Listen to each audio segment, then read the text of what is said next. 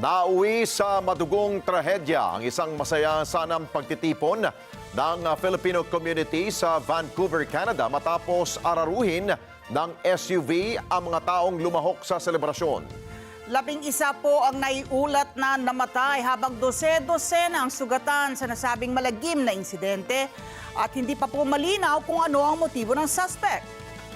Agad namang arestado at kinasuhan na ng otoridad ang suspect pero isinasantabi ng otoridad doon na itong anggulong terorismo sa nasabing insidente. Kunin natin ang report ni Weng de la Fuente. Agad na nasawi ang 11 individual habang maraming iba pa ang sugatan matapos araruhin ng isang SUV na minamaneho ng 30 anyos na driver ang nagtitipong mga tao sa isang Filipino community block party sa Vancouver, Canada nitong linggo. Agad namang inaresto ng otoridad ang suspect na kinilalang si Kai G. Adam Lo, isang Vancouver resident na kinasuhan ng 8 counts ng second-degree murder ng BC Prosecution Service. Inaasang madaragdagan pa ang kasong haharapin ni Lo habang patuloy ang assessment sa insidente. Inaasang tataas pa ang bilang ng nasawi dahil sa marami sa mga nasugatan ang nagtamo ng seryosong pinsala. Nasa pagitan naman ng 5 hanggang 65 anyos ang edad na mga nasawi sa pag-atake.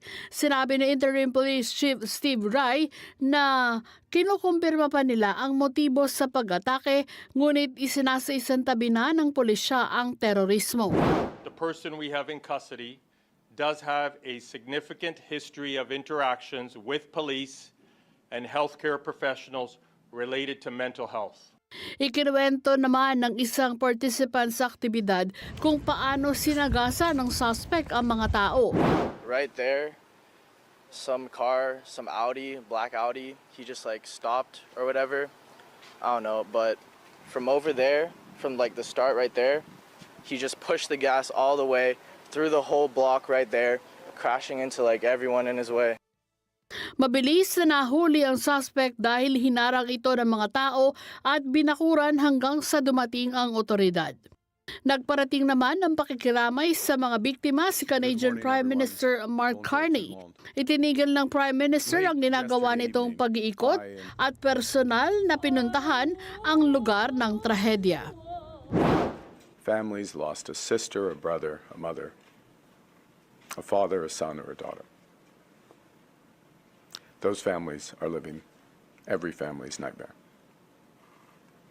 And to them and to the many others who were injured, to the Filipino-Canadian community, and to everyone in the broader Lower Mainland, Vancouver, I would like to offer my deepest condolences.